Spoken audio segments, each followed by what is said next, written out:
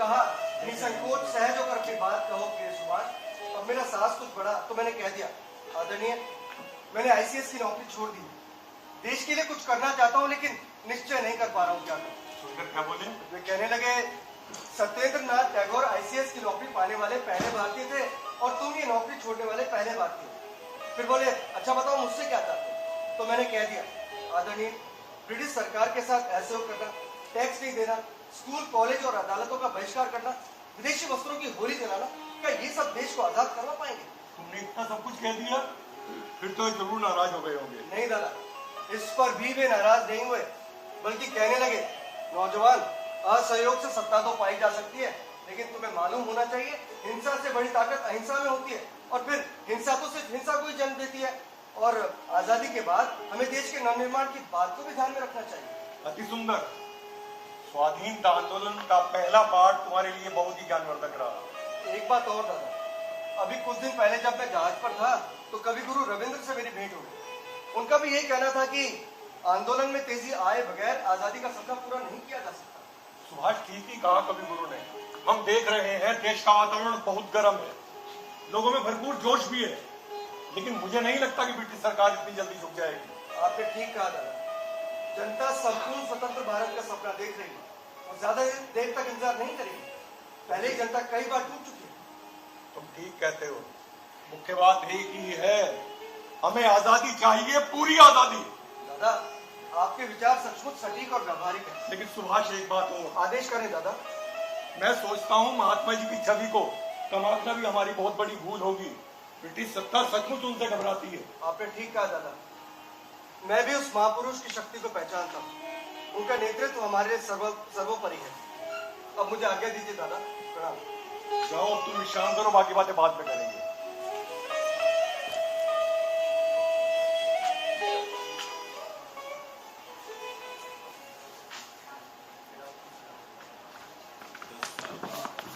कलकत्ता भवन के बाहर प्रातःकाल जनवरी 1931 कलकत्ता कॉरपोरेशन भवन के पास का चौक। नेताजी सुभाष क्रांतिकारी वेश में है। लंबी बीमारी और भोगे गए कष्टों के कारण शरीर दुर्बल हो गया है। उनके आसपास कलकत्ता निगम के प्रमुख अधिकारी और अनेक नागरिक आदि खड़े हैं। जोशीले नारों से आसमान गूंज रहा है। अंग्रेजी सरकार का नाश हो, नाश हो। अंग्रेजी सरकार का नाश हो, नाश हो। हमारी दीदी कमला देवी चट्टोपाध्याय जिंदाबाद, जिंदाबाद। दीदी तुम आगे बढ़ो, हम तुम्हारे साथ हैं। दीदी तुम आगे बढ़ो, हम तुम्हारे साथ हैं। आजादी हमारा जन्मसिद्ध अधिकार है, आजादी हमारा जन्मसिद्ध अधिकार है। सुभाष चंद्र बोस जिंदाबाद। मेरे प्यारे स्वतंत्रता प्रेमी भाइयों और बहनों, आप देख रहे हैं भारत मां के लाडले सपूत सुभाष चंद्र बोस, जिन्हें अंग्रेजी सरकार ने कई वर्षों तक जेलों में बंद करके हम सबसे दूर रखा है। इस बीच वे कई गंभीर बीमारियों से भी जूझते रहे हैं, लेकिन उनका इलाज कराना तो दूर, अंग्रेजी सरकार ने उन पर कोई रद्द नहीं की। बेहोशी की हालत में बेरहमी से भी पीटा है उन्हें।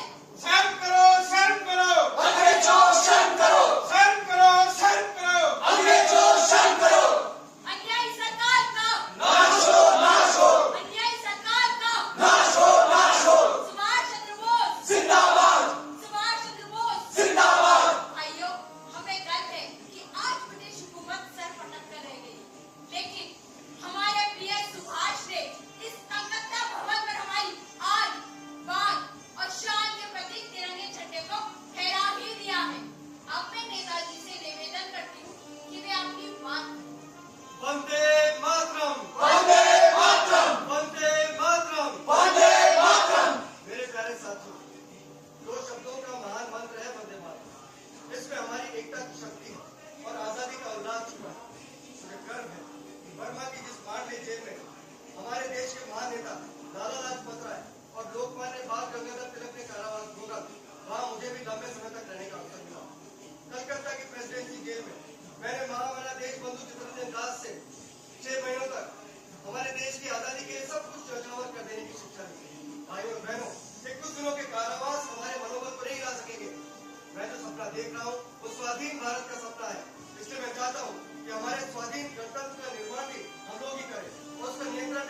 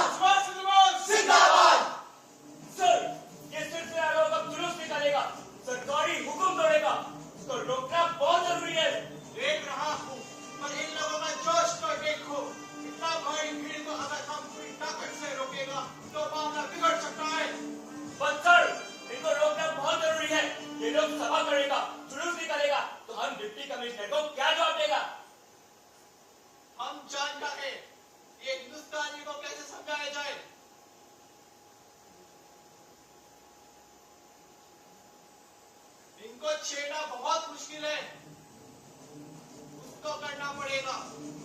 इनको यहाँ से भगा दो। चार्ज!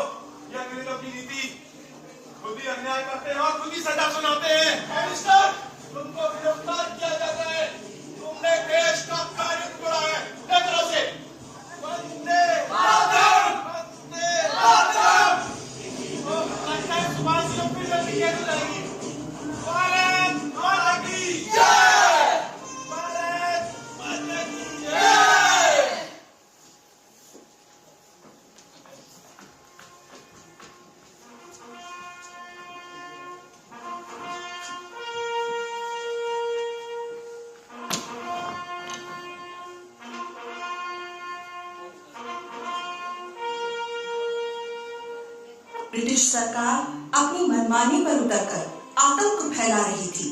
देश के लाडले सपूत सुभाष ने मातृभूमि की मुक्ति के लिए सर्वस्व न्योछावर करने की ठान ली थी, बिना ये चिंता किए कि अंग्रेज सरकार के कुचक्रों का जंजाल कितना कांटों भरा होगा। वो वीर अभिमन्यु की भांति निडर होकर आगे से आगे बढ़ता जा रहा था। विरोध कैसा भी हो, भ्रम और आरोपों की भाषा कैसी भी हो, गंभीर, शांति और सहजता में लिपटे सुभाष के उत्तर सदा संतुलित होते। जुलाई 1927 में उन्होंने घोषणा की थी, वंदे मातरम गान से हमारा स्वाधीनता अभियान प्रारंभ हुआ था। इसी कारण आज हम मां को इसी रूप में पुकार रहे हैं। दिसंबर 1928 के राजभाषा सम्मेलन में बोले, बंगाल को हिंदी विरोधी बताना भ्रामक है। हिंदी के लिए बंगालियों ने जितना काम किया है उतना हिंदी भाषियों ने भी शायद नहीं किया होगा। इसी प्रकार दिसंबर 1929 कांग्रेस अधिवेशन में आंशिक स्वराज के प्रस्ताव का विरोध करते हुए कहा, कांग्रेस पूर्ण स्वराज से कम किसी भी दर्जे से संतुष्ट नहीं होगी। अगस्त 1930 में सुभाष कलकत्ता महानगर के मेयर चुने गए। इससे पहले 26 जनवरी को उन्होंने स्वाधीनता दिवस के जुलूस का नेतृत्व भी किया। पुलिस की अंधाधुंध लाठियों से शरीर लहूलुहान हो गया, हाथ की 2 उंगलियां टूट गई, जेल में डाल दिए गए। वहां क्षय रोग से घिर गए, पर जेल में भी संघर्ष जारी रहा। जेल से छूटे तो शरीर भले ही कमजोर हो गया, आंखों के नीचे काली छाया पड़ गई, लेकिन अब की बार लोगों ने उन्हें क्रांतिकारी वेश में ही देखा।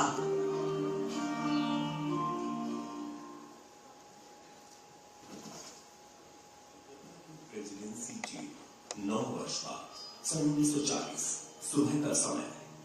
अंग्रेज सरकार द्वारा बनाए गए भारत सुरक्षा अधिनियम की धारा 129 के तहत कलकत्ता की प्रेसिडेंसी जेल में बंदी सुभाष खड़े हैं।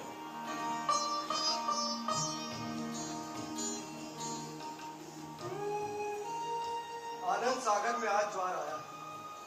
सब जन पतवार थाम कर बैठे थे। खेते चलो अनथक, बोझ कितना भी हो, दुख भरी नाव पार उतारो। लहरों पर तैर कर जाएंगे, प्राण जाए तो जाने दो। आनंद सागर में आज ज्वार आया। गुलामी सबसे बड़ा अभिशाप है, तो उसे चुपचाप सहना उससे भी बड़ा अपराध। दुनिया युद्ध की त्रासदी झेल रही है। विश्व के बड़े बड़े देश आपस में लड़ रहे हैं। काश इस अवसर का लाभ उठाकर देश में असहयोग आंदोलन छेड़ा जाता तो ब्रिटिश सरकार को घुटने टेकने पर मजबूर किया जा सकता। ये कैसा उपवास है। महात्मा जी समझना क्यों नहीं चाहते? ब्रिटिश सरकार साम्राज्यवादी है, उसे हम कितना भी सहयोग क्यों ना करें, वो सीधे सीधे सत्ता नहीं सौंपेगी। अंतरराष्ट्रीय राजनीति में सक्रिय होकर ही हम आजादी प्राप्त कर सकते हैं। तोमार राष्ट्रीय साधना हमसे तोमागे दूर था की देखे थे। तुम के संपूर्ण विश्वास करके दुविधा में करीब थी। हमार से शिक्षा केवल कौन? मनिंद्र है। हाँ सुभाष, मेरे साथ दादा हेमेंद्र घोष भी है। सुरसला। मैं उन्हें कवि गुरु रविंद्रनाथ के उस पत्र की पंक्तियां सुना रहा था जो उन्होंने आपको लिखी थी। बंगाली कवि हसी बांग्लादेश शहर या तो उनके देश नायक पदे वर्णी करी। कवि गुरु ने तुम्हें ठीक ही तो उपाधि दी है, देश नायक, राष्ट्र के नायक, जनता के प्रिय नेता। गुरुदेव का चिंतन सदा राष्ट्र हित से प्रेरित रहा है। कवि गुरु महान है, उनके हृदय में भारत माता के लिए असीम प्रेम है। और मैं ही क्यों, भारत माता के हर सपूत के लिए उनका प्रेम उमड़ता है। हाँ दादा, सोदपुर कांग्रेस के बाद उन्होंने महात्मा जी को पत्र लिखा था। कांग्रेस में आधुनिक विचार वाले दो ही व्यक्ति हैं, जवाहरलाल नेहरू और सुभाष चंद्र बोस।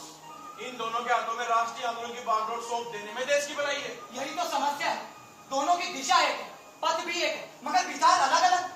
और अब तो मतभेद इतने बढ़ गए हैं कि मतभेद होना बुरा नहीं है दादा, और फिर एक दूसरे को मिटाकर हम आजादी प्राप्त नहीं कर पाएंगे। लेकिन गांधी जी तुम्हारे कामों को अराजकता बताते हैं। हरिजन में लिखते हैं, देश का सर्वनाश। कांग्रेस आपको किसी न किसी बहाने जेल के अंदर ही बंद देखना चाहती है। मनीष, अपने विचारों का स्तर इतना नीचे मत गिराओ। कांग्रेस को भले ही सुभाष की जरूरत ना हो, लेकिन देश की अखंडता, आजादी के सपने, सांप्रदायिक सद्भाव को और ब्रिटिश सरकार के साथ तालमेल को गांधी जी की बहुत जरूरत है। एक बार सुभाष नहीं रहे तो कोई बात नहीं, लेकिन गांधी जी नहीं रहे तो आजादी पाकर भी भारत की जनता आजादी के सुख से वंचित रह जाएगी। आप सचमुच महान है सुभाष दा, लेकिन यहाँ आने के कुछ दिन पहले तो आप सेवाग्राम में उनसे मिलकर आए थे, तो क्या उन्होंने आपकी बात नहीं मानी? नहीं, उन्होंने मेरी बात नहीं मानी, मुझे आशीर्वाद भी नहीं, बल्कि यहाँ तक कह दिया कि ब्रिटिश सरकार पर आक्रमण से अगर सफलता मिलती है तो हमें बधाई देने वाले वो सबसे पहले भारतीय होंगे। तो क्या आक्रमण ठंडे बस्ते में? यहाँ पड़े पड़े आक्रमण संभव भी तो नहीं है दादा। जेल से तो आपको जल्दी छुटकारा मिलाते हैं, क्योंकि आप केंद्र विधानमंडल के सदस्य चुन लिए गए हैं और मंडल के अधिवेशन में भाग लेने के लिए तो मुक्त करना ही पड़ेगा। मिस्टर सुभाष किसको मुक्त कराना मानता है? मुक्त तो मेरे देश को अंग्रेजों के चंगुल से होना है जनरल साहब। फिलहाल तो मैं अपनी मुक्ति की बात कर रहा हूँ। तुम्हारी मुक्ति कैसे पॉसिबल है मिस्टर बॉस? क्यों? सेंट्रल लेजिस्लेटिव असेंबली के सेशन को अटेंड करने के लिए क्या आपकी सरकार मुझे रिहा नहीं करेगी?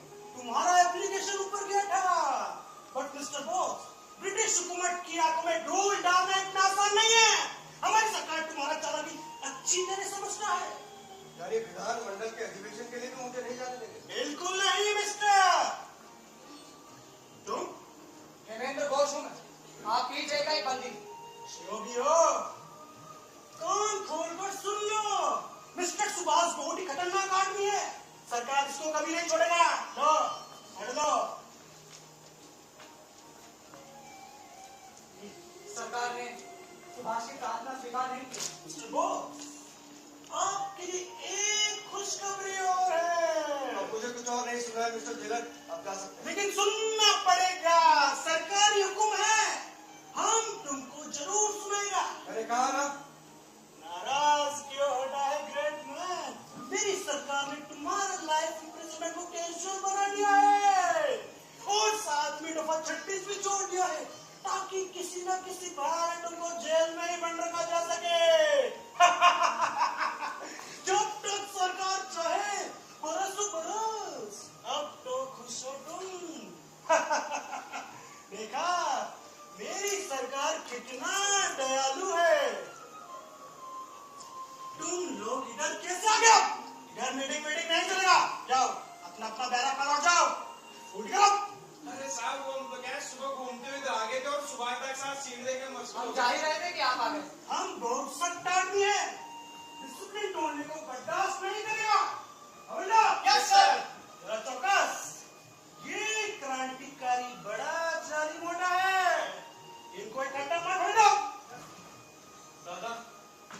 होगा। सरकार तो निर्लज और क्रूर हो गई है। सुभाष पर हमें पूरा भरोसा है मालिक, वो अवश्य ही कोई उपाय निकालेगा। कोई ना कोई रास्ता तो खोजना ही होगा दादा। यार सड़ कर मरने से तो अच्छा है कुछ बड़ा काम। बड़ा काम? क्यों न गांधी का टोटका आजमाए, जैसे कि अनशन। हाँ सुभाष, एक बार पहले भी तुम अनशन रास्ता देख चुके हो। हाँ दादा, शायद यहीं से कोई रास्ता दिखाई दे। अवश्य मिलेगा। इसके अलावा बाहर निकलने का और कोई रास्ता भी नहीं है। युद्ध समाप्त होने के बाद भी सरकार तुम्हें नहीं छोड़ने वाली। एक बात और, सरकार अनशन और सत्याग्रह से वैसे भी घबराती है। देश और विदेशों में पहले ही बदनाम हो चुकी है। ब्रिटिश सरकार इसलिए तुरंत निर्णय भी लेती है। दादा, मनीन्द्र काफी समझदार हो गया है, तू क्या सोचता है? चेला किसका है? चलो मानिंद्र, वरना फिरंगी गुलाम फिर आ जाएगा। आज्ञा सुभाष। सुर सलाम। सुर सलाम। मेरे देश का इतिहास कहीं और रचा जा रहा है और मैं यहाँ निष्क्रिय पड़ा। आजादी बहुत जरूरी है, नहीं तो सब कुछ स्वाहा हो जाएगा। पिछली यूरोप यात्रा में विदेशी और प्रवासी भारतीय मित्रों से जो शक्ति और सहयोग मिला वो कब काम आएगा। द इंडियन हिस्टोरिकल किताब ने पश्चिम की दुनिया में भी तहलका मचा दिया था। संडे टाइम्स, डेली हेराल्ड जैसे अखबारों ने भी मेरे विचारों को सहज रूप से सराहा था। इसका अर्थ है सत्य मेरे साथ है, मेरा मार्ग सही है।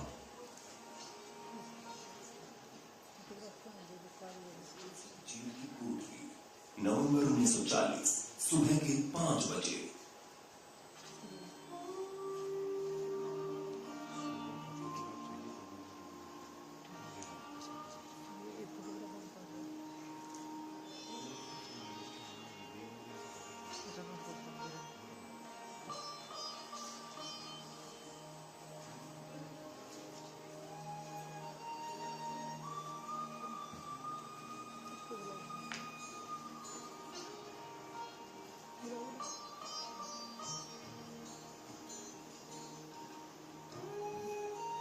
स्वामी जी, आपने सच ही कहा था।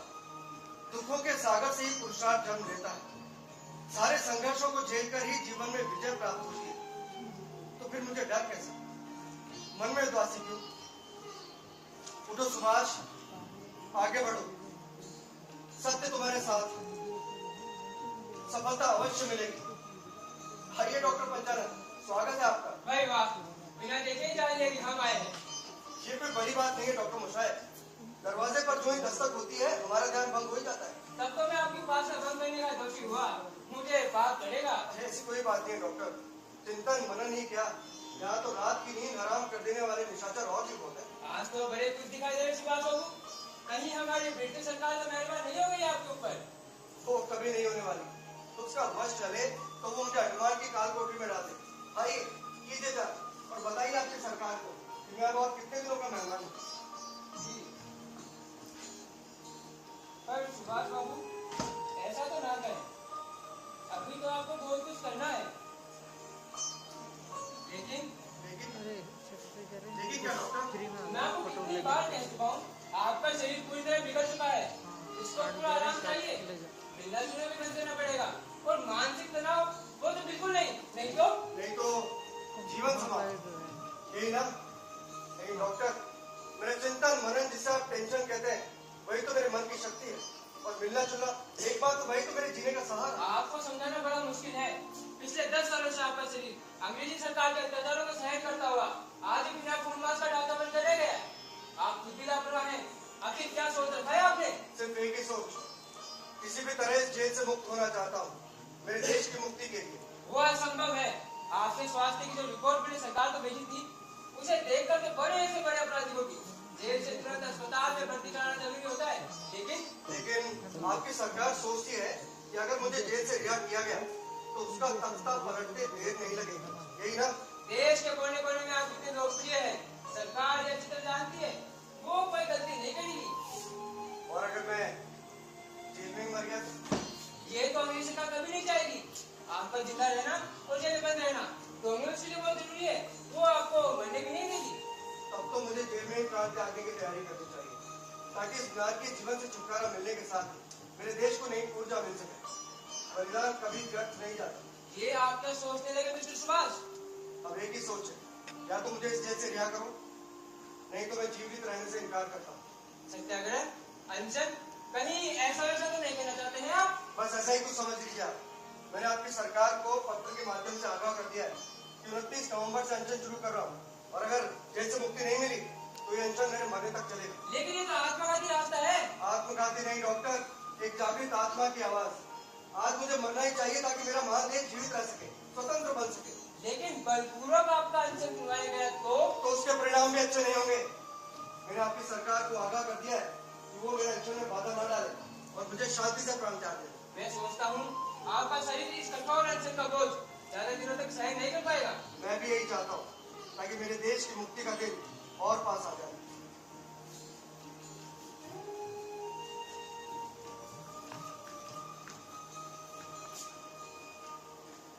सुभाष बाबू, आप मौत को गले लगाना चाहते हैं, मैं खुद आपका जैसा अभिनंदन करता हूँ, लेकिन आपको ये कहता हूँ कि अंग्रेजी सरकार निर्दयी, जड़, जिद्दी और हिंसक बहुत ही है। जैसे ही उसकी प्रतिष्ठा दांव पर लगेगी, वो चोट का हिसाब किताब आपको डसना नहीं भूलेगी।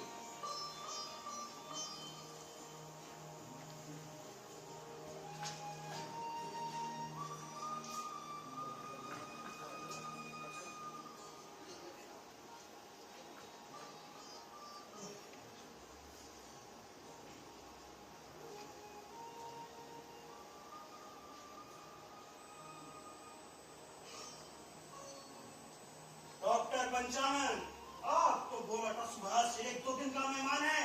वो एकदम सही था जेलर साहब। अब उसके शरीर में प्राण के अलावा कुछ भी तो नहीं है। कमाल है, वो दिन भर में थोड़ा सा नमक का पानी लेता है, फिर भी उसे कोई कमजोरी महसूस नहीं होती। कहीं रात को तो नहीं खाता है ये चुपके चुपके? वो कैसे संभव है श्रीमान? कौन खिलाएगा उसे रात को? शायद आप नहीं जानते जेलर साहब, मन और आत्मा की ताकत बड़ी ही जबरदस्त होती है। इसके आगे शरीर का स्वस्थ होना भी जरूरी नहीं होता। वो कैसे होता है, हमें भी समझाओ।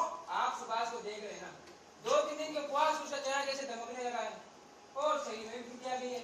ऐसा लगता है मानो ईश्वर ने उसके बीमार शरीर में फिर से नई ताकत भर्ती हो। वो हमने देखा, उधर देखो, सुभाष इधर ही आ रहा है। ओह, कैसी मस्त चाल है, साक्षात स्वामी विवेकानंद जैसी। क्या बोला? मैं देख रहा हूँ सर, सुभाष ने अपने सभी प्रपंचों से मुंह मोड़ लिया है। शायद उसने आजादी की लड़ाई से भी मुंह मोड़ लिया है। अब उसको केवल अपनी आत्मा के उपकार की चिंता है। अरे सचमुच वो तो महात्मा बन गया है। देखो तो कितना सोबर लग रहा है। हमको मालूम है रात के दिन पूजा पाठ में लगा रहता है ये। हमने अपनी सरकार को भी यही रिपोर्ट भेज दिया है। लेकिन ये अनशन, यही तो परेशानी है। सरकार सुभाष का साथ शहीद होना मांगता है डॉक्टर। मिस्टर बॉस, अब कैसा है तुम? हम बहुत खुश हुआ। तुम महात्मा बन गया। अब तुमको ये उपवास का झमेला खत्म कर देना चाहिए। तुम्हारा जिंदगी बहुत ही प्रीशियस है मिस्टर सुभाष चंद्र। वो मैं जानता हूँ मिस्टर जेलर। फिलहाल तो आप ये बताएं कि मेरे दूसरे पत्र का आपकी सरकार ने क्या जवाब भेजा? जवाब ही तो नहीं भेजा, लेकिन तुम्हारा फास्ट को सरकार सही मानता है, इसलिए इसको तोड़ दो। और अब तो तुम वैसे भी बहुत बड़ा महात्मा बन गया है। आपकी सलाह के लिए शुक्रिया मिस्टर जेलर, लेकिन वो संभव नहीं हो सकेगा। और सुनिए, नमक का पानी जो मैं कल लेता था वो भी कल से छोड़ रहा हूँ। शायद इससे आपकी सरकार को थोड़ी सद्बुद्धि आ सके। आपने देखा श्रीमान, सुभाष को अपने जीवन की रत्ती भर भी चिंता नहीं है। शहीद होने की ठान ली है मन में शायद। तुम सच बोलता है। इधर देखो, सुभाष ने सरकार को जो लेटर भेजा इसमें क्या लिखा है? इनमें से एक लेटर तो सुभाष का राजनीतिक वर्ग नाम है। ये क्या होता है? सुभाष का पॉलिटिकल बीज। Interesting, interesting. और सुनाओ। बलिदान कभी व्यर्थ नहीं जाता। इस संसार की हर चीज नष्ट हो जाती है, लेकिन विचार और आदर्श कभी नष्ट नहीं होते। कोई व्यक्ति किसी विचार के लिए मर सकता है, लेकिन उसकी मृत्यु के बाद वही विचार हजारों लोगों में अवतार ले लेता है। तो फिर इससे बड़ी खुशी और क्या हो सकती है कि कोई व्यक्ति अपने ही सिद्धांतों की खातिर जीता है, वो मर जाता है। ये तो कोई डेथ का फिलोसफी मालूम होता है, बट है बहुत ग्रेट। और भी लेटर है इसमें, पढ़ो। आमार मध्य आदि मूल्यवान की जो थाके थे, आमार मृत्यु थे, आमार देश की वह मानवता क्षतिग्रस्त है बिना। हम तो कुछ नहीं समझा। लिखा है, अगर मेरे अंदर कुछ मूल्यवान है तो मेरी मृत्यु के बाद मेरे देश और मानवता को कोई हानि नहीं होगी। अगर ईश्वर ने चाहा उससे लोगों को नैतिक बल मिलेगा, क्योंकि किसी का जीवन लेने की अपेक्षा खुद की इच्छा से बलिदान करना सबसे बड़ा आत्मत्याग है। ये कैसा मुसीबत है। चलो डॉक्टर, सरकार को अब जल्दी से रिपोर्ट भेजना जरूरी हो गया है। रिपोर्ट? पर देखेंगे क्या आप उसमें? यही कि सुभाष बहुत बड़ा सन्यासी बन गया है। इससे ब्रिटिश सरकार को कोई खतरा नहीं है। और यदि सुभाष को जल्दी नहीं छोड़ा गया ना, तो जेल में मर सकता है। बिल्कुल बिल्कुल सही सोचा आपने सर। चलिए जल्दी कीजिए।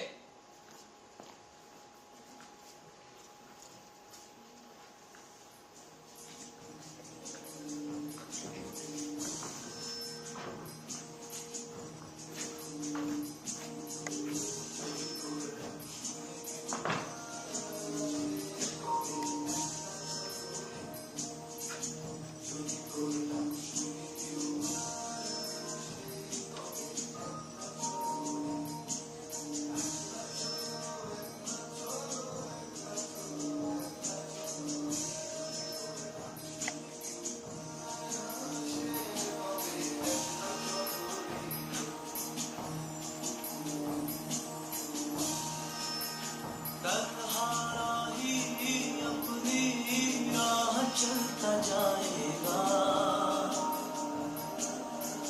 तन्हारा ही अपनी राह चलता जाएगा।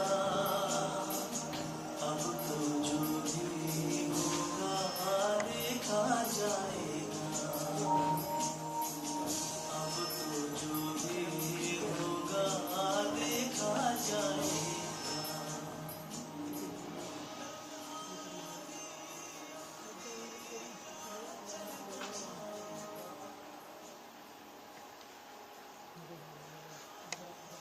दीदी आप? हाँ मैं। क्या मेरा तुम्हारे कक्ष में आना मना है? अंग्रेजी सरकार ने तो तुम्हें घर में ही नजरबंद किया था, लेकिन तुमने तो अपने आप को दुनिया से ही दूर कर दिया। अपने इस लाडले देवर से यूं नाराज ना हो भाभी माँ, यहाँ विराजिए। जेल से छूटकर आए इतने दिन हो गए, तुमने तो याद तक नहीं किया। तुम्हारे बारे में जानकारी भी अब हमें अखबारों से मिलती है। तुम्हारे पास डॉक्टर आ सकते हैं, खुफिया पुलिस आ सकती है, लेकिन घर के लोग नहीं आ सकते। ये कैसी नजरबंदी है? मेरी भूल हुई बहू दीदी, मुझे क्षमा कर दो। देख रही तुम्हारी बोलचाल भी अब सन्यासियों जैसी हो गई है। संसार से मुंह क्या मोड़ा, अपनों को ही भूल गए।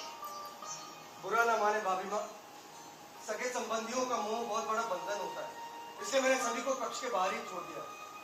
किसी से भी मिलने का अर्थ होता है अनुष्ठान में बाधा। अब बैठिएगा नहीं?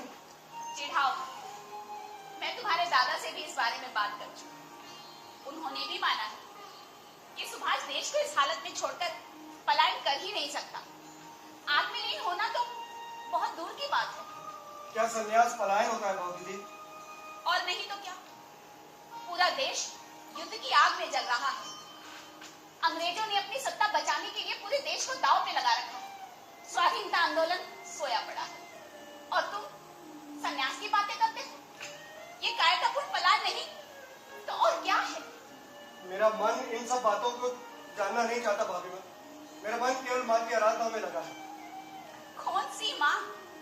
भारत माँ, काली माँ या अन्य और कोई माँ? भारत माँ ही तो काली माँ है बहू दीदी। भारत माँ के बगैर हमारे होने का अर्थ ही क्या है? तो क्या तुम ये नहीं जानते, पूरे देश की निगाहें सिर्फ तुम पर लगी है। तुम्हारे अनुष्ठान की लंबी अवधि युवा शक्ति के मन में घोर निराशा के बीज बो रही है। बस भाभी माँ बस, भरोसा रखें। मैं आपको कैसे यकीन दिलाऊं, लेकिन हमें अपनी मोह ममता को वश में रखना ही होगा। जरा सी भूल भी भारी विपत्ति का कारण बन सकती है। अब आप जा सकती हैं, मेरे पूजा का समय हो रहा है। माँ खाली तुम्हारी रक्षा करे। हम जानते हैं आज की डाक दीजिए, मैं पढ़ना शुरू करूं। नहीं ना, अब कोई डाक नहीं, ना कुछ लिखेंगे और ना ही कुछ सुनेंगे और ना ही किसी से मिलेंगे। लेकिन काकू ये तो कोई बात नहीं हुई। समाचार पत्र भी आजकल यही बात कह रहे हैं कि सुभाष आत्म साधना में लीन है और वो काली माँ के परम भक्त बन गए, किसी से मिलते तक नहीं। ये सब तो अखबारी खबरें हैं ला, देखती नहीं घर के भीतर तक 50-50 आगे दिन रात ताका जाके कर रही है। चिड़िया भी पंख नहीं मार सकती। लेकिन काकू आजकल तो सबको विश्वास हो ही गया है कि अब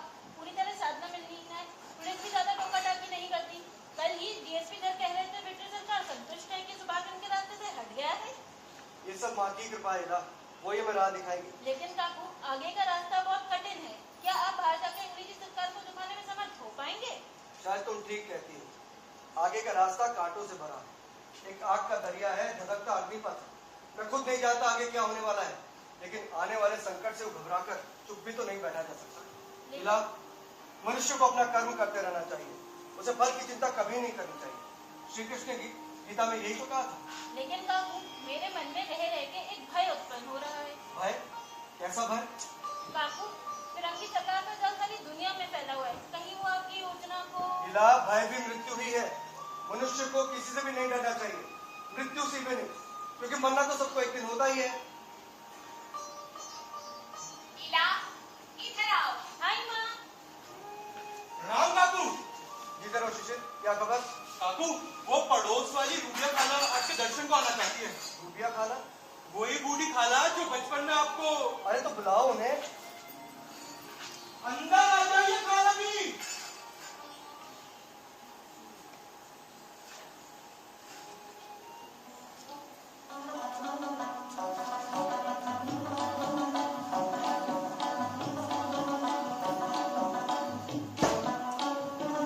तशरीफ लाइए खाला भी, यहाँ विराजिए। तो ठीक है मियाँ, अब अपनी कहो। बहुत दिनों से दीदार को तरस रही थी। आज इस शिशिर बंदे ने मुलाकात करवा ही दी, आपकी और हमारी। अब विराजिए ना, विराजिए आप। उफ, बहुत थक गए मियाँ। आखिर सीधे पेशावर से तो चलकर आ रहे हैं, पर आप भी बहुत कमाल के इंसान हैं। अरे इंसान नहीं, फरिश्ता है, फरिश्ता जो अपने मुल्क की खातिर मर मिटने का इरादा पार बैठे हैं। पेशावर से आ रही हैं आप, लेकिन शिशिर तो कह रहा था आप हमारे पड़ोस में रहती हैं। ठीक ही तो है काकू, इनसे ज्यादा नजदीक और कौन है हमारे। अगर मौका मिले तो देश के लिए प्राण न्यौछावर करने वाली शख्सियत है ये। आजादी इनका दीनो ईमान है। देखिए ना कितनी तकलीफें झेल के खुफिया बहरों के छत्ते से छन छन कर आपके पास पहुंची हैं। बहुत खुशी हुई ये सब जानकर। बस आप हुक्म करें। क्या हुक्म मेरे आका, हम तो आपको यहाँ से निकाल कर अपने वतन की ओर ले जाने के लिए हाजिर हुई है। बस तैयार रहिए। आप क्या चाहती हैं, मैं कुछ समझा नहीं। लो खा गए ना धोखा, अब भी नहीं पहचाना हमें। लेकिन आप मेरे आला हजूर बंदे को अकबर शाह पठान कहते। पेशावर फॉरवर्ड ब्लॉक के नेता और हमारे निकट सहयोगी मियां अकबर शाह पठान नौशेरा वाले। सुर सलाम सुभाष भाईजान। सलाम। ओह भाईजान, आप, मैं तो सोच भी नहीं सकता था, लेकिन शिशिर तो कहता था आपके लंबी दाढ़ी मूछे और गुप्तचरों से बचकर यहाँ पहुंचना संभव ही नहीं है। अरे वो तो हमने जब देखा कितना सख्त पहरा है तो एक बार के लिए हम भी चकरा गए थे, लेकिन इस शिशिर बंदे के आला दिमाग ने आखिर तरकीब निकाल ही ली। काकू, मैंने जैसे अकबर चाचा से कहा कि दाढ़ी मूछे परेशानी पैदा कर सकती है, तो इन्होंने एक पल भी नहीं सोचा और तुरंत बोले, प्यारे बंदे, वतन क्या खातिर हम दाढ़ी मूछे तो क्या, हमारा सर भी कटवाने को तैयार है। और तुरंत इन्होंने अपना चेहरा सफाचट करवा लिया। अरे तो इसमें कौन सी बड़ी बात हुई। वतन की खातिर कोई भी कुर्बानी बड़ी नहीं होती भाईजान। हिंदुस्तान का मेरा वतन नहीं है। वाह पठान साहब वाह, आप जैसे सपूतों को पाकर भारत माँ धन्य हुई। आपको पाकर ऐसा लग रहा है आज मुझे एक और सगा भाई मिल गया। आज हम 1 और 1 11 हो गए हैं। 1 और 1 11 नहीं भाईजान, 111 कहिए, 111, क्योंकि पन्ना भगत राम भी आन पहुंचा। हाँ, शिशिर बता रहा था। मेरे आला हजूर, आपको चंगा देखकर मेरा दिल खुशी से झूम उठा है। आपकी बीमारी की बात सुन सुनकर हम तो हिम्मत ही हार बैठे थे। सोच रहे थे कि हिंदुस्तान की आजादी अब सपना ही रह जाएगी।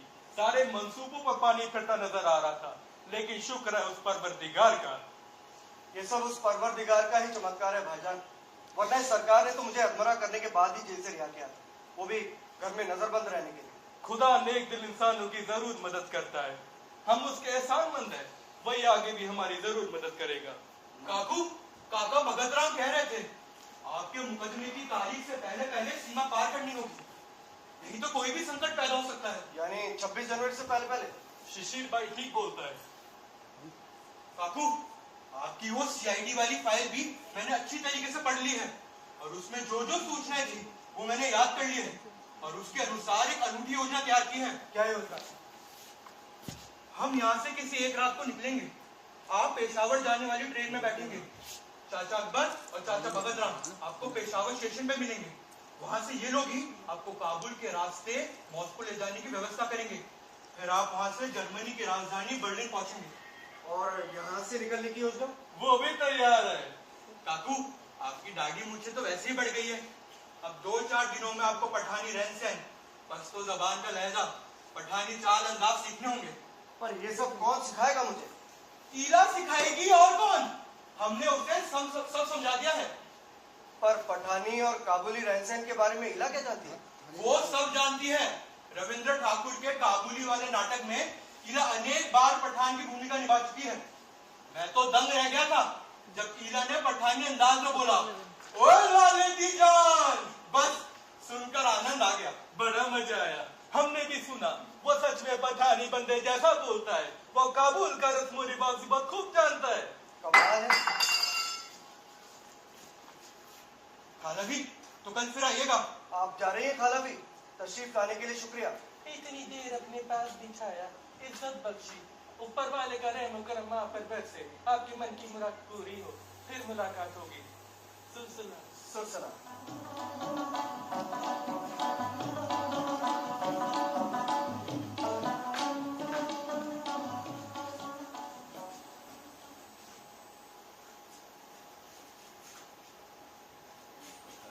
दोपहर का समय 15 जनवरी 1941।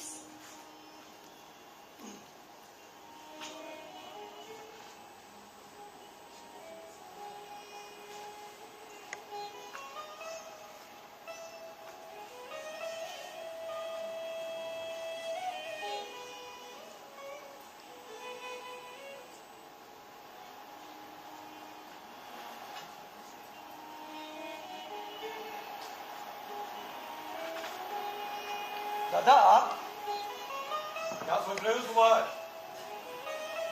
कब आए? यात्रा कैसी रही? बस पहुंचा ही हूँ। यात्रा अच्छी रही।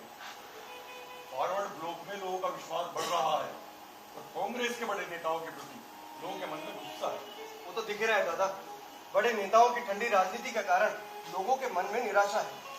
लगभग 1 महीने तक मैंने कई राज्यों में घूमकर ये महसूस किया कि अब तो लोग खुलकर जाति, राज्य और समाज के नाम पर आगे बढ़ना चाहते हैं। इनसे देश के अच्छे भविष्य की उम्मीद करना ही बेकार है। वही तो, पहले मुझे 3 सालों के लिए पार्टी से निकाला, फिर आपको भी 1 साल के लिए निकाल दिया। ये सब फॉरवर्ड ब्लॉक के बढ़ते कदमों का असर है दादा। मुझे तो ऐसा लगता है कि हमारे नेता स्वाधीनता आंदोलन को बुलाकर किसी भी तरह सत्ता पा लेना चाहते हैं। यही तो समस्या है। इस कठिन समय में भी अगर लोग एक साथ काम नहीं कर सकते तो आजादी के बाद देश को क्या संभालेंगे? मुझे तो डर है बाद में खुशहाली के बजाय देश को कहीं बर्बादी का सामना न करना पड़ जाए। और दादा महात्मा जी तो दूरदर्शी हैं, लोग तो उनकी बात भी मानते हैं। ये केवल वहम है। सब उनके चरण तो छूते हैं लेकिन करते सब अपने मन की ही है। खासकर हम लोगों से तो नाराजगी साफ दिखाई देती है। और दादा मैं ऐसा नहीं मानता। मैं तो अभी भी महात्मा जी को अपना आदर्श मानता हूँ। न जाने क्यों ऐसा लगता है कि उनके बगैर आजादी का सपना अधूरा ही रहेगा। सुभाष, तुमसे सब सुनकर मुझे आश्चर्य होता है। महात्मा जी का एक पत्र देखो दादा, प्रेसिडेंसी जेल से मुक्त होने के बाद मुझे मिला है। देखो तो। प्रिय सुभाष, तुम स्वस्थ रहो या अस्वस्थ, लेकिन तुम हो अपराजित। मैं तुम्हारी लोकप्रियता अच्छी तरह जानता हूँ। मेरे तुम्हारे बीच कोई मतभेद हो ही नहीं सकता। आगे लिखा है, जब तक हम एक दूसरे से सहमत नहीं हो जाते तब तक हमें अलग अलग दिशाओं में ही चलना होगा, ये जानते हुए भी कि हमारी मंजिल एक ही है। देखा दादा, कितना अद्भुत आकर्षण है महात्मा जी के शब्दों में। इसका अर्थ है उनका तानाशाही रूप सिर्फ सैद्धांतिक है। भावनात्मक दृष्टि से वो हमारे क्रांति पथ के समर्थक नहीं होते हुए भी वो हमारे शुभ चिंतक की तरह हमें मन से चाहते हैं। दादा इसलिए मैंने तय किया है देश की आजादी के लिए देश की सीमाओं के बाहर जाकर काम करूं, क्योंकि यहाँ कई लोग कदम कदम पर रुकावटें उत्पन्न करेंगे। और मुझे पूरा यकीन है अंग्रेजों के दुश्मन देश भारत की मदद करने जरूर आगे आएंगे। लेकिन ये सब होगा कैसे? पूरी योजना बन चुकी है बाबा, बस आपका ही इंतजार था। लेकिन ब्रिटिश सरकार तो तुम्हारे पीछे हाथ धोकर पड़ी है। उसकी आंखों में धूल झोंक कर सीमा पार करना क्या संभव हो पाएगा? दादा उसकी भी योजना बन चुकी है। एक रात मुझे पठानी बीमा एजेंट के रूप में कार से रवाना होना है। धनबाद में डॉक्टर अशोक भैया के घर रात्रि का विश्राम होगा। फिर काकू दामोह स्टेशन पे कार का मेल पकड़ेंगे। गाड़ी मैं खुद चलाऊंगा। काकू के रथ का सारथी बनकर उनको उनकी मंजिल तक छोड़ के आऊंगा, जिस तरह गौतम बुद्ध के रथ का सारथी उनको वन में छोड़ के आया था। लेकिन क्या? बोलो, रुको गई शीशे। मेरा बहुत मन है कि इस क्रांति के महासंग्राम में मैं श्री कृष्ण की तरह काकू के साथ ही रहूं। बाबा, आप कहिए ना काकू से क्यों मुझे अपने साथ ही रखें। रे शिशिर, देश को आजाद कराने की जो तड़प तुम्हारे मन में है वो हमसे छुपी नहीं है। मेरे प्रति भी तुम्हारी आस्था बहुत गहरी है, लेकिन तुम जानते हो यहाँ दादा को, भाभी माँ को और उससे भी ज्यादा छोटी बहन इला को तुम्हारी जरूरत है। सुभाष की बात तो गहराई से समझो शिशिर, अकेले सुभाष का ही सीमा पार करना मुश्किल लग रहा है। बाबा, काकू महान है, मुझे विश्वास है काकू की ये यात्रा न केवल भारत के लिए बल्कि पूरी मानव जाति के लिए कल्याणकारी साबित होगी।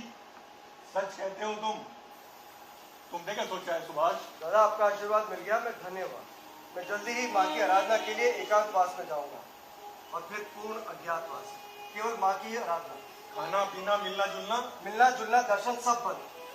पर्दे के नीचे से भोजन की थाली अंदर आएगी और खाली होकर लौट आएगी। मेरा आशीर्वाद तुम्हारे साथ है, तुम अपने अभियान में सफलता प्राप्त करो।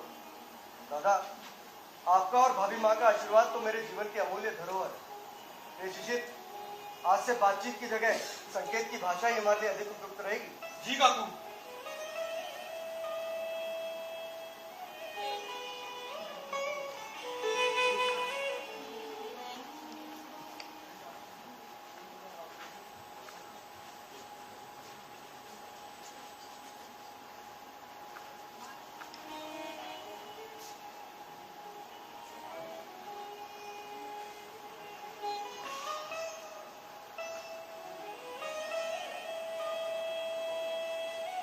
माँ, आज मैं तुम्हारे सामने हाथ फैलाकर कुछ मांग रहा हूँ।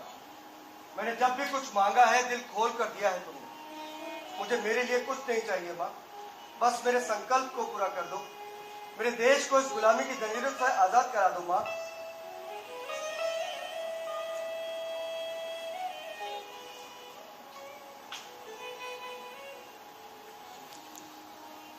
और मेरी प्रार्थना है कि हमारे सभी पुण्य कर्मों का फल भी आपको मिल जाए। ऐसा ही होगा भाभी माँ। शिशिर आज रात को 9 बजे कार लेकर आ रहा है। मनिंदर बीमा एजेंट के रूप में उसी कार से अंदर आएगा। तुम्हें उसी वेश में उसी रात को घर से निकलना है। तथास्तु, ऐसा ही होगा भाभी माँ।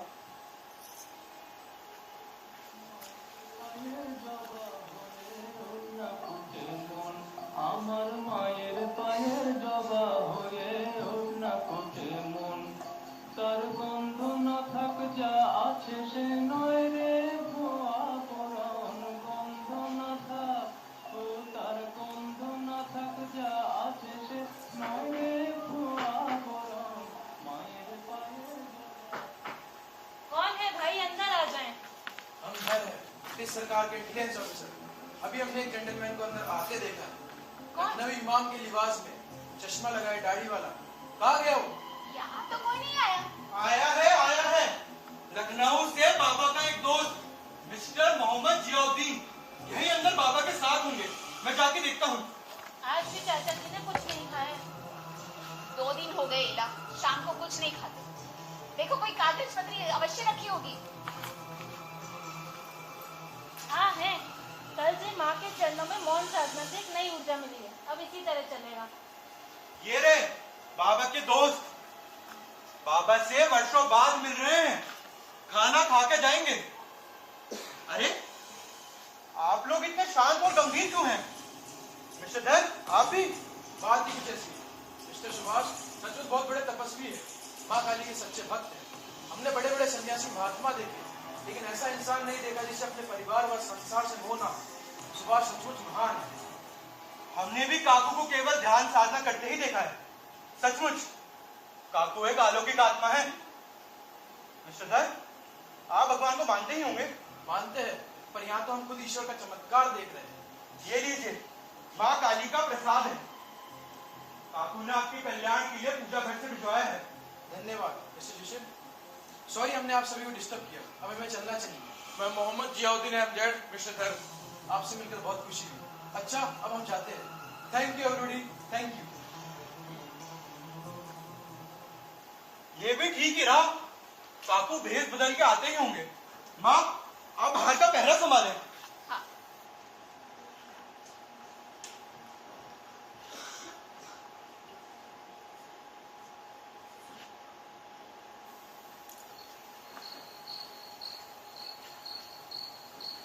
अरे चाचा जी अभी तक आए नहीं, कहाँ हैं? हीरा तुम जाके एक बार अंदर देखो।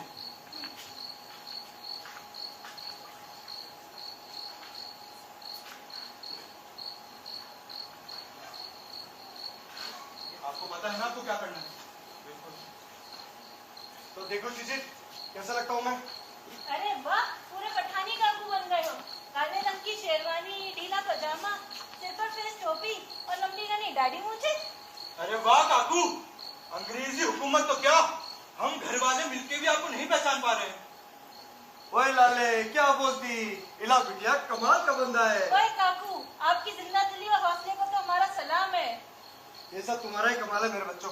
चलो देरी मत करो। मनीष, ये पठानी वेश उतारो और पूजा घर में जाकर मेरे आसन पर बैठ जाओ। काकू, आपकी जापानी गाड़ी बॉर्डर बाहर खड़ी है, उसके ऊपर फ्रेमजेड लिखवा दिया गया है। आपका सारा सामान गाड़ी में रखवा दिया गया है, केवल गीता को छोड़ के। वो किसकी?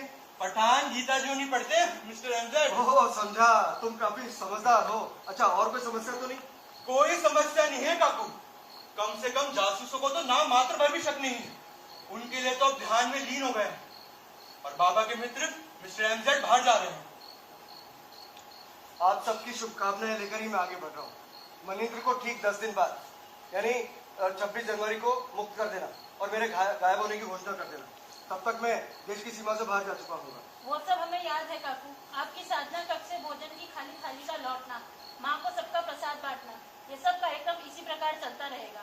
हम ये प्रचार करते रहेंगे कि आप घोर तपस्या में हैं। तपस्या में बाधा ना पड़े इसलिए आप एकांतवास में। आज कितनी देर में चलना होगा? 1 बजे यानी 10 मिनट बाद हमारी गाड़ी एल्गिन रोड पार करते हुए ग्रांड ट्रक रोड पर दौड़ रही होगी। भाभी माँ आशीर्वाद दे, अब स्वतंत्र भारत की धरती पर ही मिलना होगा।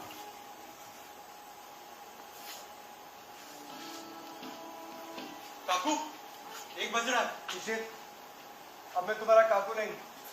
ओह सॉरी मिस्टर मोहम्मद जियाउद्दीन। चले चलो।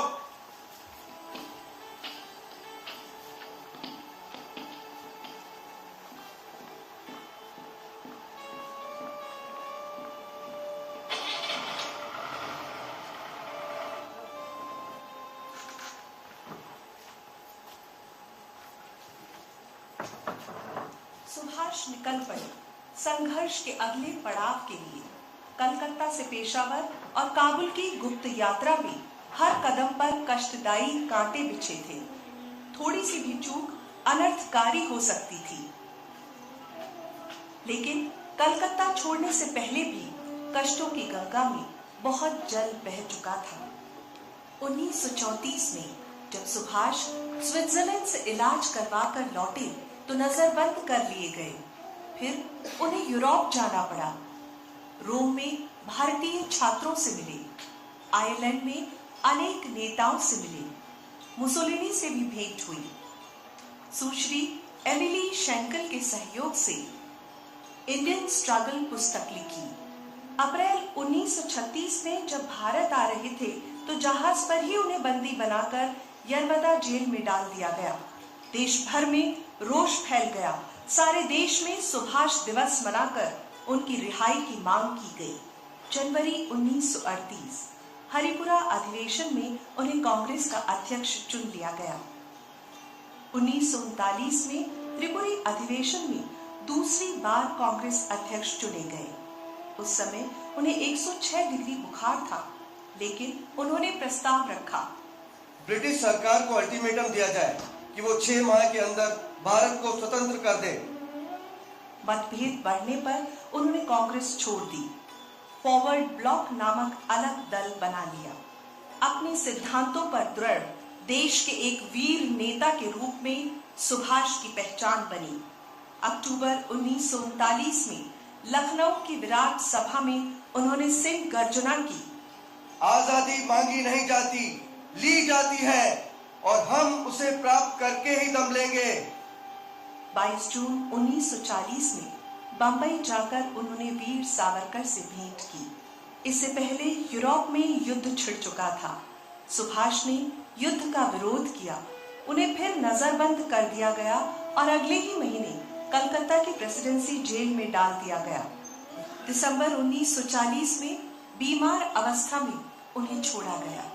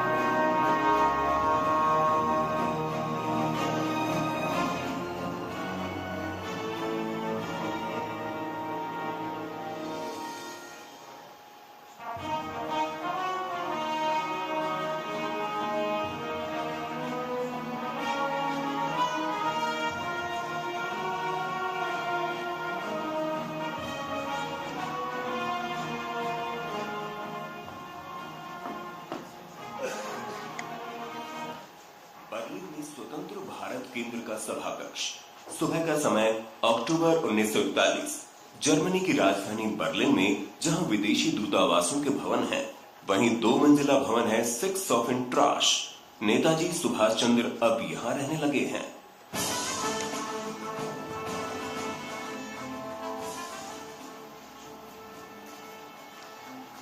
ये आपके लिए और ढेर सारी शुभकामनाएं। पूछेंगे नहीं ये किस लिए? ये किस लिए? उसी उल्लास के लिए जो जर्मन के वालिद से तुम्हारी सिंह की गलतियां सुनकर पूरे भारत देश में फैल गया। लोग खुशी से झूमने लगे, नाचने लगे, गाने लगे और कहने लगे, सुभाष बाबू आएंगे, आजादी लाएंगे, सुभाष बाबू जिंदाबाद। ये तुमने कहाँ सुना? किसने बताया तो? इसमें लिखा है, भारत मां का लाडला नेता कि सुभाष जिंदा है। सुभाष की सिंह की गर्जना से ब्रिटिश सरकार पीछे है। और ये भी लिखा है कि सुभाष चंद्र ने जर्मनी की राजधानी बर्लिन के रेडियो पर कलकत्ता से फरार होने के 9 महीने बाद पहली बार अपने जिंदा होने का प्रमाण दिया है और कहा है कि प्यारे देशवासियों, मैं जिंदा हूँ। जैसा कि अंग्रेजों ने प्रचार किया है, मैं मरा नहीं हूँ, बल्कि भारत की आजादी के लिए निरंतर प्रयत्नशील हूँ। उधर देखो, लोग आने लगे हैं। सभा का समय हो रहा है। माँ भवानी आपकी इच्छाएं पूरी करे। जय हिंद। जय हिंद। स्वतंत्र भारत केंद्र में उपस्थित बंधुओं, प्रिय विद्यार्थियों, भारतीय सेना के प्रवासी जवानों, आमंत्रित अतिथियों और अधिकारियों, मेरा नाम आबिद हसन सफरानी है। मैं आप ही की तरह एक भारतीय हूँ। स्वतंत्र भारत केंद्र की ओर से आप सबका स्वागत करने के लिए मेरे साथ मेरे अन्य साथी यहाँ उपस्थित हैं। श्री NC नाम्बिया, जो नामी पत्रकार, और दूसरे साथी महात्मा गांधी के अनन्य भक्त श्री NG गणपुले। हमारे अलावा श्री MR व्यास, श्री कांताराम, डॉक्टर मालिक, श्री हबीबुर रहमान और अनेक साथी समय मौजूद हैं। मैं उनका भी स्वागत करता हूँ। दोस्तों, हम यहाँ श्री ऑरलैंडो मत्सुदा के निमंत्रण पर आए। हमने उन्हीं की ओर से आपका स्वागत किया है। अब मैं श्री ऑरलैंडो मत्सुदा से प्रार्थना करता हूँ कि वे इस सभा के सभापति के रूप में हमारा अभिवादन स्वीकार करें। सुभाष चंद्र बोस जिंदाबाद, सुभाष चंद्र बोस जिंदाबाद, इनकलाब जिंदाबाद, इनकलाब जिंदाबाद।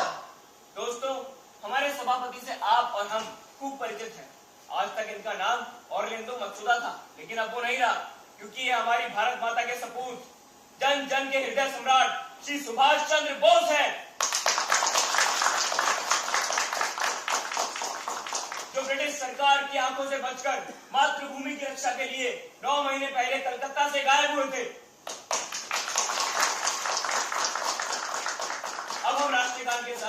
राष्ट्रीय ध्वज को सलामी देंगे।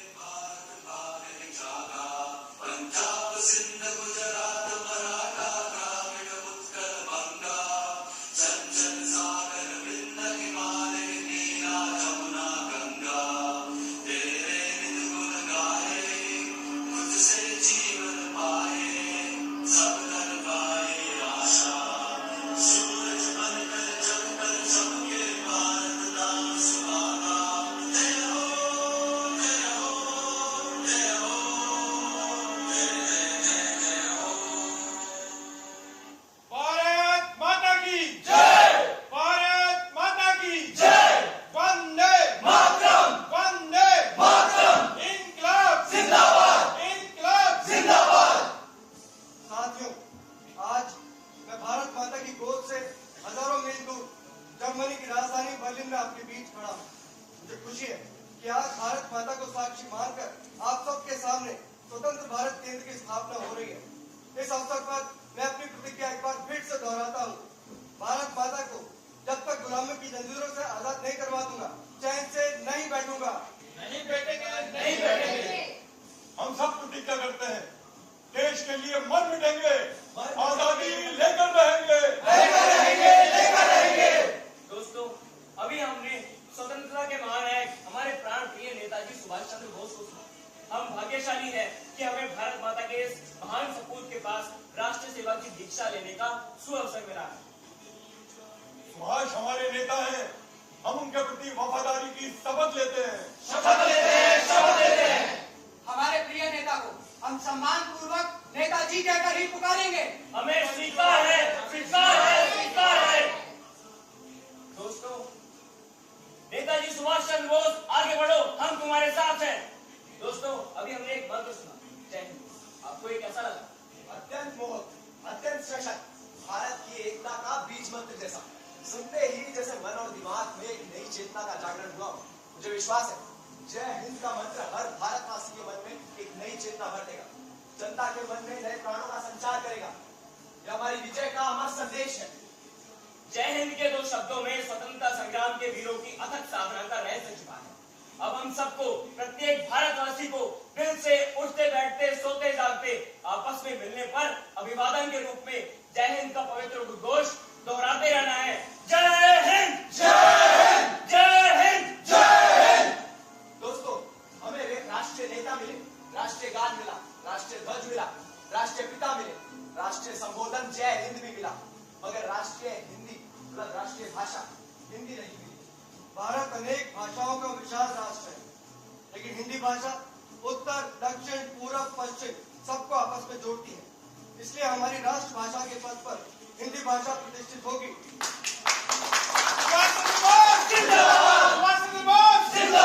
भारत माता की जय, भारत माता की जय। भाइयों, आज हमारा मन खुशी से भरा हुआ है।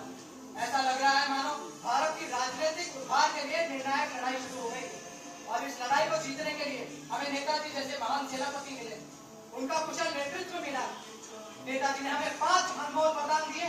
हाँ, जय हिंद का सशक्त पावन और लोकप्रिय अभिवादन है तिरंगा झंडा, जिसके बीच में छलांग लगाता हुआ शेर अधिचिन्ह के रूप में अंकित है। तीसरा वरदान है राष्ट्रीय गान, जो भारत माता की वंदना ही नहीं, हमारी एक सूत्रता का अमृत गान है।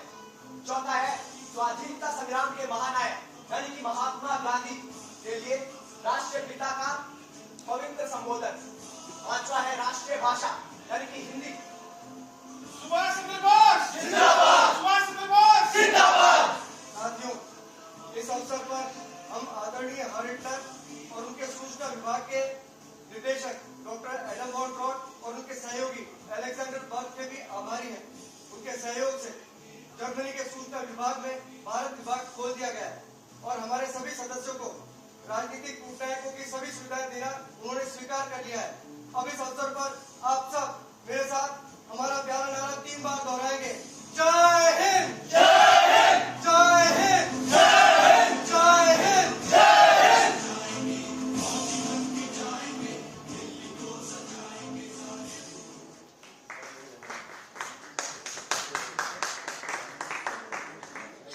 सुबह का समय 21 अक्टूबर 1943 पूर्व एशिया के प्रमुख ऐतिहासिक नगर सिंगापुर के कैथे सिनेमा भवन का मंच अपनी सादगीपूर्ण सज्जा और भव्य शालीनता के साथ आकर्षक लग रहा था। आज नेताजी के नेतृत्व में अंतरिम आजाद हिंद सरकार की स्थापना होने जा रही है।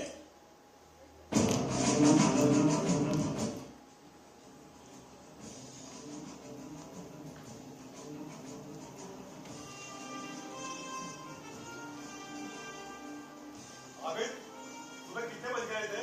मिस्टर अय्यर, 2 बजने तक तो नेताजी लगातार डिग्री कर देते जा रहे थे और मैं टाइप करता जा रहा था। नेताजी की कार्य क्षमता सचमुच अद्भुत है। कॉफी पर कॉफी पीकर पूरी रात जागकर उन्होंने अंतरिम आजाद हिंद सरकार का घोषणा पत्र तैयार किया। क्या हम लोग ये सब नहीं कर सकते थे? भाभी, हमारे लिए इतना आसान नहीं था। ये घोषणा पत्र कोई साधारण दस्तावेज नहीं है। इसमें भारत के स्वाधीनता संग्राम की भावी दिशा का संकेत है। साथ ही इस महापुरुष की जीवन साधना का निचोड़ भी है। देखिए, लोगों में कितना जोश है। हिंद सरकार का समाचार सुनते ही लोग उमड़ पड़े। लेकिन हमने तो केवल चुने हुए लोगों को ही बुलाया था। और तो अभी से भर गए हैं और लोगों की भीड़ आती ही जा रही है। अय्यर साहब, जोश तो उस दिन दिखाई दिया था जब 4 जुलाई को सिंगापुर के सब्बांग हवाई अड्डे पर जापानी विमान का दरवाजा खुलते ही नेताजी प्रकट हुए थे। हजारों नागरिक जोश के साथ हवाई अड्डे पर नारे लगा रहे थे। आइए डॉक्टर लक्ष्मी स्वामीनाथन। धन्यवाद आबिद भाई। सचमुच भारत की स्वाधीनता का सपना सच हुआ। लोगों का कहना है कि पूर्वी एशिया के 30 लाख भारतीयों ने जिस जोश और उल्लास के साथ नेताजी के आदेश का पालन किया, भारत के इतिहास में सन 1857 के बाद ना तो कभी ऐसा देखा गया और ना ही कभी सुना गया। डॉक्टर लक्ष्मी, कितनी देरी है कार्यक्रम प्रारंभ होने में? वो बोले, मैं वही तो बताने आई हूँ कि 10:30 बज गए। नेताजी और माननीय राष्ट्र बिहारी बोस जल्दी ही आप पहुंचे। और हाँ, आपको सभा का संचालन भी करना है। अभी भाई जल्दी करो। डॉक्टर लक्ष्मी, आप सब महिलाओं को मोर्चा संभालें। जी। भाइयों, बहनों, नौजवानों और पड़ोसी देशों के अच्छे मित्रों, भारत माता के दुर्लाडले सपूत, महान क्रांतिकारी राज बिहारी बोस और हमारे प्राण प्रिय नेता सुभाष चंद्र बोस कुछ ही देर में हमारे बीच आ रहे हैं। आप गर्मजोशी के साथ उनका स्वागत करें। सुभाष चंद्र बोस जिंदाबाद! सुभाष चंद्र बोस जिंदाबाद! इनकलाब जिंदाबाद! इनकलाब जिंदाबाद! वंदे मातरम! वंदे मातरम! जय हिंद! जय हिंद! जय हिंद! जय हिंद! जय हिंद! जय हिंद! भाइयों और बहनों, नेताजी सुभाष चंद्र बोस को हमने अस्थायी भारत सरकार का राष्ट्रीय अध्यक्ष चुना। इसलिए मैं नेताजी से प्रार्थना करता हूँ, आजाद हिंद भारत सरकार की पहले राष्ट्रीय अध्यक्ष होने के नाते वे अपने पद और गोपनीयता की शपथ ग्रहण करें। प्यारे साथियों, आपने मुझ पर भरोसा कर मुझे एक भारी जिम्मेदारी दी है। मैं सुभाष चंद्र बोस ईश्वर को साक्षी मानकर ये शपथ लेता हूँ कि भारत के 38 करोड़ देशवासियों को आजाद कराने के लिए मैं अपने जीवन के अंतिम सांस तक स्वतंत्रता की लड़ाई जारी रखूंगा। सुभाष चंद्र बोस जिंदाबाद! सुभाष चंद्र बोस जिंदाबाद! भारत माता की जय! भारत माता की जय! भाइयों, भारत के पहले राष्ट्रीय अध्यक्ष द्वारा अपनी आजाद हिंद सरकार का गठन कर लिया गया है। अब वे अपने मंत्रियों को पद और निष्ठा की शपथ दिलाएंगे। मंत्रीगण कृपया आगे आए और शपथ ग्रहण करें।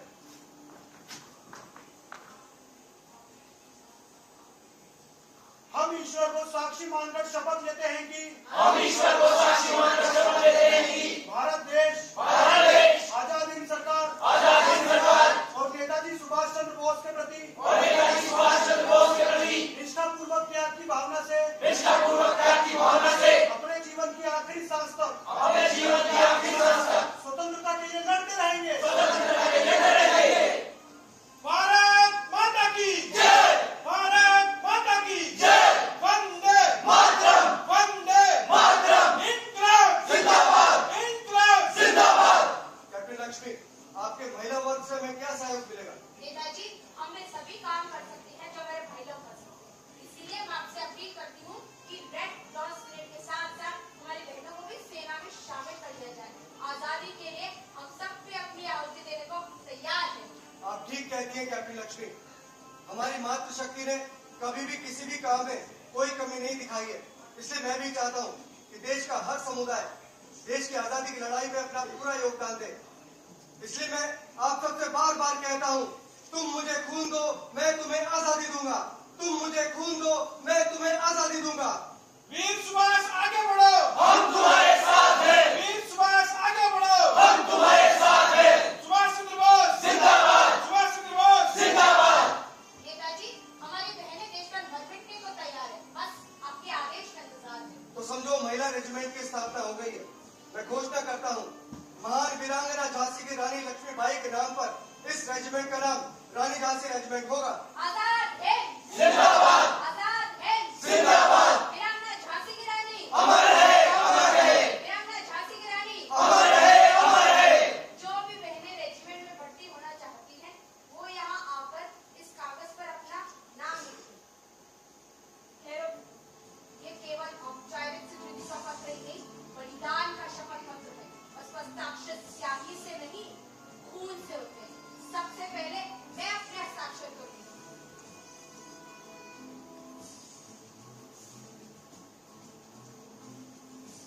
कैप्टन लक्ष्मण चौक मुझे दो, लीजिए।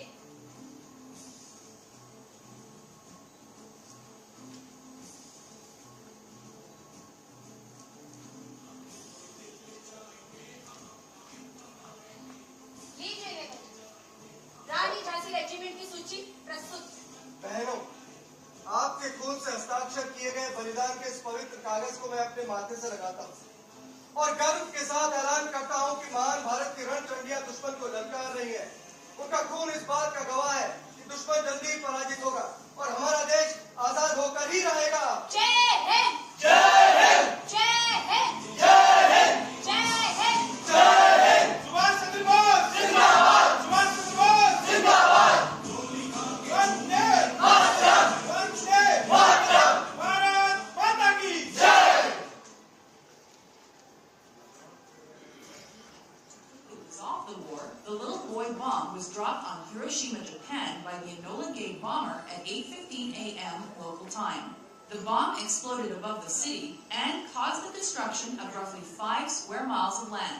Not only that, but 70,000 people were injured and 70 to 80,000 more were instantly killed.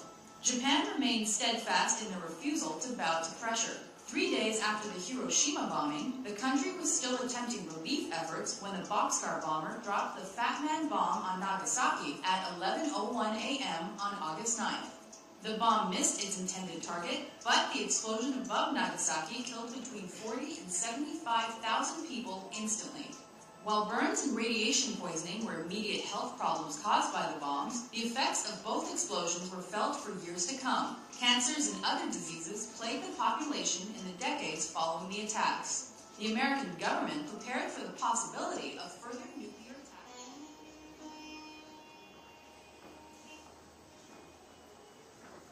Singapore में आजाद हिंद सरकार भवन के सामने 5 अगस्त 1945 सभा में लोग आज उदास हैं। आजाद हिंद सेना का गीत बज रहा है। सुभाष भारत और पूर्वी देशों के मानचित्र, सीमा प्रदेशों के तथा सिंगापुर में निर्माणाधीन शहीद स्मारक का चित्र देख रहे हैं। तभी S.A. अय्यर, मेजर हबीबुर रहमान अन्य साथियों के साथ प्रवेश करते हैं।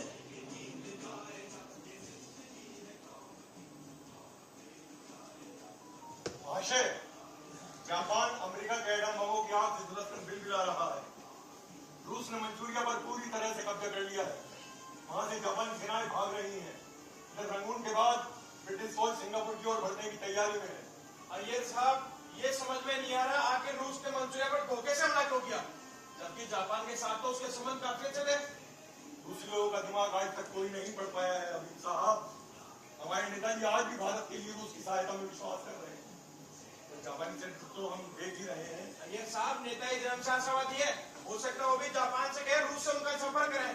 हमारे श्रीमान तो रूस की बुराई सुनने को तैयार ही नहीं है। लेकिन अब तो हमें ये देखना है कि हमारा फायदा किस बात में। रूस ने जापान पर हमला कर दिया, इसका अर्थ ये तो नहीं कि हम भी रूस को अपना दुश्मन बना लें। अय्यर, मैं पहले ही जानता था अमेरिका और ब्रिटेन के ऊपर हुकूमत का पागलपन सवार है। वो कोई भी गलत काम करने से नहीं चुकेंगे। हम समझ सकते हैं जापान के सामने समर्पण करने के अलावा कोई रास्ता नहीं। श्रीमान अमेरिका और अंग्रेजों के खिलाफ खड़े रहने की आदत तो हमारी भी नहीं है। वो मैं जानता हूँ। सामान की कमी के कारण हमारी आईएन युद्ध समाप्ति की घोषणा कर सकती है, लेकिन वो हार नहीं मानेगी। वो आजादी के अलग को जगाए रखेगी। सच तो ये है कि केवल वही से हारती है जो खुद को हारा हुआ मान लेती है। लेकिन मान्यवर, सबसे ज्यादा चिंता में आप ही की है। अगर आप सिंगापुर में ही रहते हैं तो सैनिकों के साथ आपको भी बंदी बनाया जाएगा। मैं तो अपने साथियों के साथ ही रहना चाहूंगा। अंग्रेजों के खिलाफ युद्ध करने के अपराध में अगर मुझे बंदी बना लिया गया और गोली मारने का आदेश दिया गया तो पूरा भारत देश उठ खड़ा होगा और अंग्रेजों को भारत छोड़ना ही होगा। कमांडर दिवस, रेजिमेंट की लड़कियों को सुरक्षित स्थान पर पहुंचाने की आपने क्या व्यवस्था की है? नेताजी, सिंगापुर में लगभग 500 लड़कियां हैं। उनमें से कोई भी अपने माता पिता के पास नहीं जाना चाहती।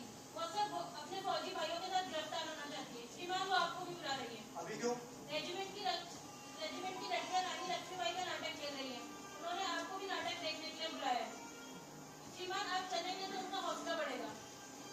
ऐसे हालात में जबकि मौत सिर पर मंडरा रही है, मनोरंजन की क्या तुक है? शायद यही सही समय है। मनोरंजन से हमारे दिल और दिमाग हल्के होंगे तो निर्णय लेने में आसानी होगी। लेकिन श्रीमान, आपके विषय में तुरंत कुछ न कुछ निर्णय होना बहुत जरूरी है। वो मैं आप लोगों पर छोड़ता हूँ। आप जो भी विचार करेंगे उसे मैं स्वीकार कर लूंगा। चलिए हम नाटक देखते हैं, आप विचार कीजिए।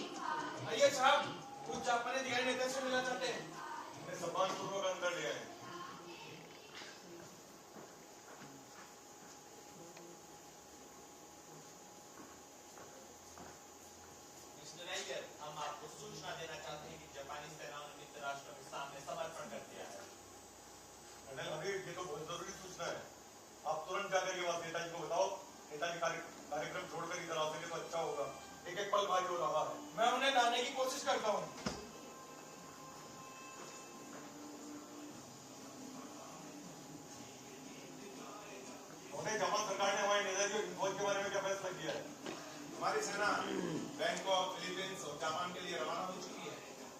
आजाद हिंद फौज में अधिक संख्या में सैनिक होने के कारण अभी निर्णय नहीं लिया गया है, और फिर भी हमें आदेश है कि नेताजी चाहें तो हम उन्हें किसी भी सुरक्षित स्थान पर पहुंचा सकते हैं। उनका यहाँ रहना किसी भी स्थिति में ठीक नहीं है। लेकिन नेताजी कहाँ जाएंगे? टोक्यो में, अन्य कहीं और? साथियों, क्या निर्णय रहा? जापानी सेना के अधिकारी विशेष रूप से आए हैं।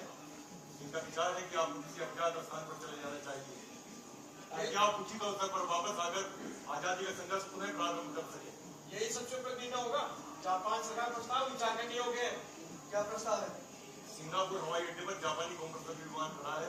उसके द्वारा आप बैंकॉक पहुंचेंगे, वहां से अंग्रेजी सैगोन और आगे आप अपनी जगह की ओर उड़ान भरेंगे। शायद यही ठीक रहेगा। मंचूरिया से आगे मुझे मॉस्को भेज दिया जाएगा और वहां मैं कोई नया रास्ता निकाल ही लूंगा। लेकिन श्रीमान, आप अपने साथ किसे ले जाना चाहेंगे? आप, हबीबुर रहमान, कर्नल प्रीतम सिंह और गुलजारा सिंह मेरे साथ चलेंगे। मेजर आबिद हसन और देवनाथ दास को हम बैंकॉक से साथ मिलेंगे। कर्नल एमजे कियारी हमारे प्रतिनिधि के रूप में यही रहेंगे। आप सारी व्यवस्था करवा दें। हमारे सैनिकों के लिए क्या आदेश है मामा इनका? बहुत जरूरी आदेश है, लिखो। मेरे प्यारे वीर जवानों, दिल्ली पहुंचने के बहुत से रास्ते हैं और दिल्ली पहुंचना ही हमारा लक्ष्य है। और पूर्वी एशिया के प्रवासी भारतीयों के लिए कोई संदेश? वो भी बहुत जरूरी संदेश है। लिखो, मेरे प्यारे देशवासियों, इस विपत्ति की घड़ी में आपने जो हमें सहयोग दिया है वो भारत के इतिहास में जरूर लिखा जाएगा। आपके सहयोग से हमारा हौसला बढ़ा है और दुश्मन का हौसला पस्त हुआ है। मैं आपको विश्वास दिलाता हूँ, भारत अवश्य स्वतंत्र होगा। जय हिंद। आपकी यात्रा सुखद और मंगलमय। साथियों, मैं अपने जीवन में अनेक बार अज्ञात भविष्य की ओर यात्राएं कर चुका हूँ। इस बार फिर एक अज्ञात लक्ष्य की ओर यात्रा प्रारंभ कर रहा हूँ। मैं आपको विश्वास दिलाता हूँ, भारत अवश्य स्वतंत्र होगा। जय हिंद। जय हिंद। जय हिंद। जय हिंद।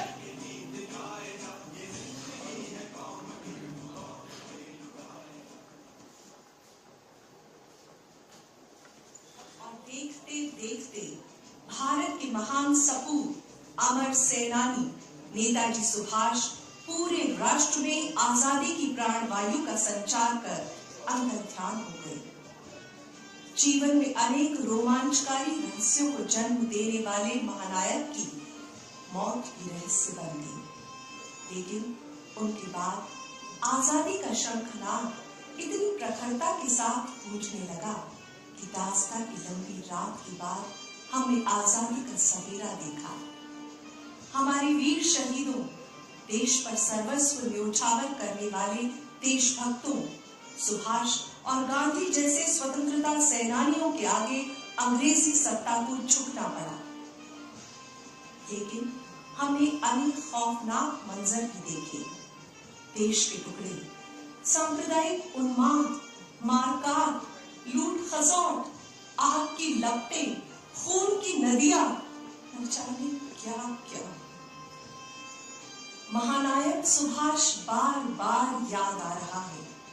क्या यही सपना देखा था उसने, अपनी प्राण प्रिय भारत माता का? क्या उसकी देशभक्ति के ऊंचे आदर्श, उसके त्याग, तपस्या, साधना, बलिदान, उदात्त जीवन और राष्ट्र के नव निर्माण की संकल्पना कहीं खो गई है? सुनो सुभाष, तुम्हें फिर आना होगा। देश तुम्हें पुकार रहा है। बोलो सुभाष, बोलो। हे मेरे हिंद देश, मैं आ रहा हूँ, युवाओं की शक्ति बनकर, राष्ट्रभक्ति की अखंड चेतना बनकर, नव निर्माण का संकल्प बनकर, देश की महानता का उद्घोष बनकर। मुझे पूरा विश्वास है, अज्ञानता और भेदभाव की जंजीरें टूटेंगी, अमन और चैन का आनंद घर घर बिखरेगा, वेद और पुराणों के स्वर से सृष्टि महकेगी और एक नए भारत का निर्माण होगा।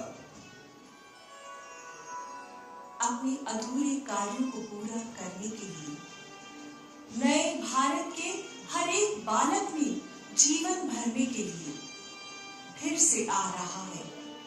मां, तेरा सुभाष।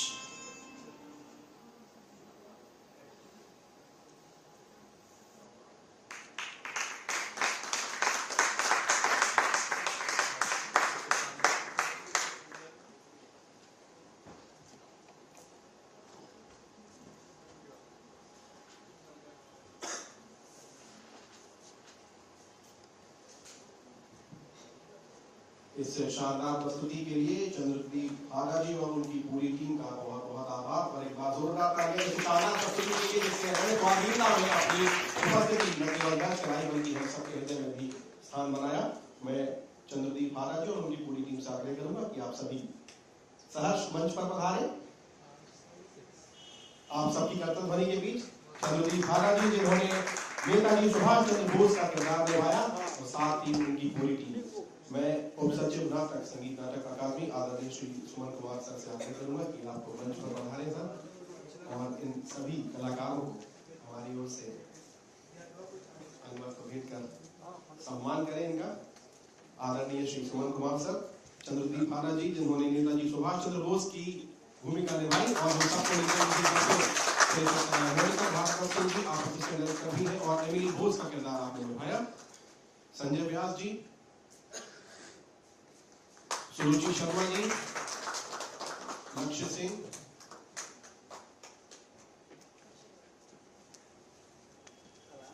शोभम मीणा जी, प्रकाश सैनी, प्रकाश जी, अजय सिंह, अजय जी, कृष्णकांत शर्मा जी, भूषण शर्मा जी, विपिन मिश्रा जी,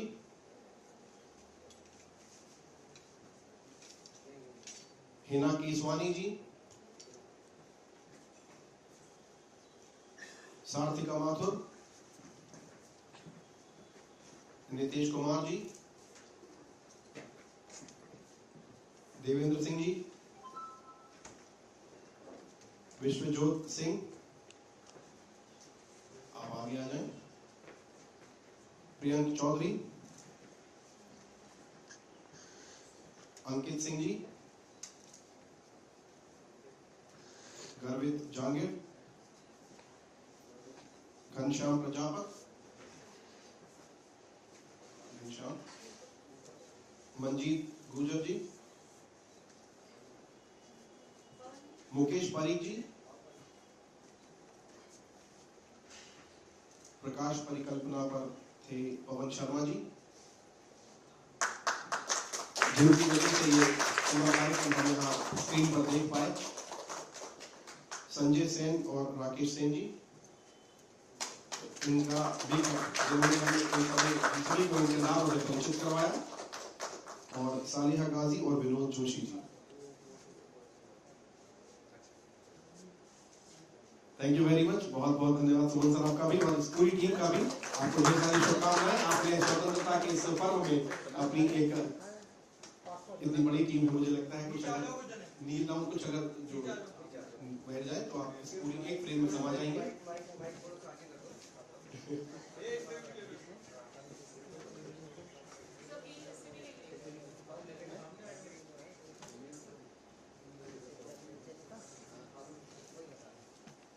इस प्रस्तुति के साथ ही रंग स्वाधीनता, जो कि प्रदर्शन कलाओं के माध्यम से भारत की स्वाधीनता का उत्सव है, यहाँ पर प्रस्तुतियों के माध्यम से समाप्त हो रहा है, लेकिन ये रंग स्वाधीनता यूं ही जारी रहना चाहिए।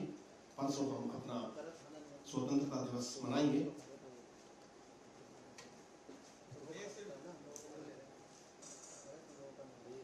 सामने आ गया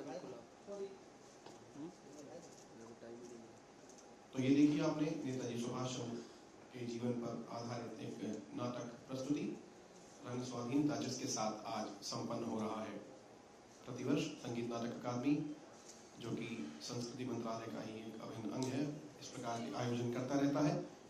बहुत बहुत धन्यवाद आप सभी का, बहुत आभार, और एक बार पुनः सुमन सर का भी बहुत बहुत धन्यवाद। हमारी ये प्रस्तुति यहाँ रंग स्वाधीनता की समाप्त हो रही है और हमारा ये जो कार्यक्रम है समाप्त हो रहा है।